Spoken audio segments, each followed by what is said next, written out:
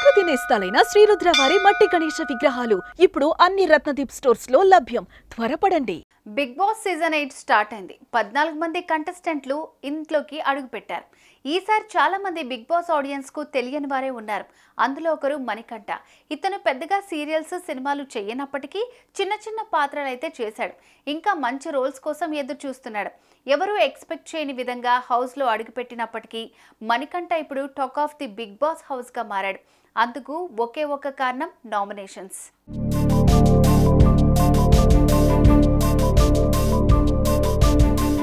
Big boss season 1 చాలా నీట్గా అనిపించింది. ఇక సీజన్ 1 నుంచి అరుచుకోవటాలు తిట్టుకోవటాలు కామన్ అయిపోయాయి. ఇక సీజన్ 8 అయితే అరుచుకోవటం తప్ప ఇంకేం కనిపించలేదనే చెప్పాలి. మాట్లాడుకోవాల్సిన ప్లేస్లో కూడా అరుచుకుంటూ ఉంటున్నారు. నీకెందుకు, నువ్వెవరు అనే మాటలే ఎక్కువ వినిపిస్తున్నాయి. అలా ఎవరికి వారే చాలా ప్రిపేర్డ్గా హౌస్లోకి ఎంట్రీ ఇచ్చినట్లు అనిపిస్తోంది.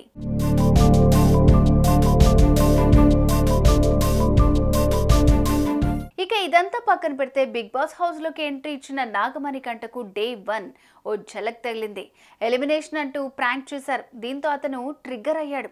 నోటికొచ్చిందల్లా ఎమోషన్ లో మాట్లాడేశాడు. తనకు బిగ్ బాస్ ఎంత ముఖ్యమో చెప్పాడు.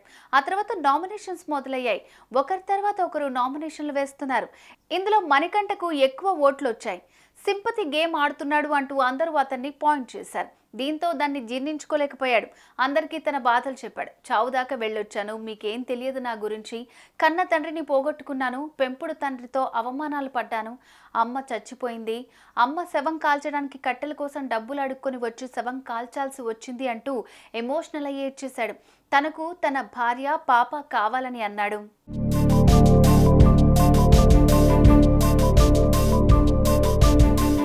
ఇందుకు తోటి కంటెస్టెంట్లు సింపతి గేమ్ ఆడుతున్నావు, గేమ్ ఆడటానికి నీ పాస్ట్కి సంబంధం ఏంటి, అందరికీ పాస్ట్ ఉంటుంది అని అన్నారు. అంతేకాదు తాను నెగిటివ్ అయిపోతున్నానంటూ గుక్కపట్టి ఏడ్చాడు.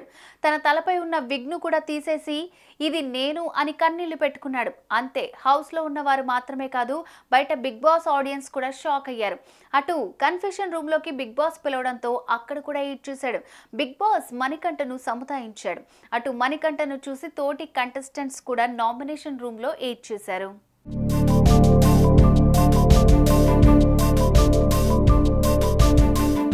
బిగ్ బాస్ ఓ గేమ్ షో. ఇది కొంతమంది లైఫ్లను కూడా సెట్ చేసింది. అప్పటి వరకు ఎవరికీ తెలియని వాళ్ళు కూడా 3 నెలల గ్యాప్లో అందరికీ తెలిసిపోతారు. ఫస్ట్ వీక్ అడ్జస్ట్ అవ్వటానికి టైం పడుతుంది.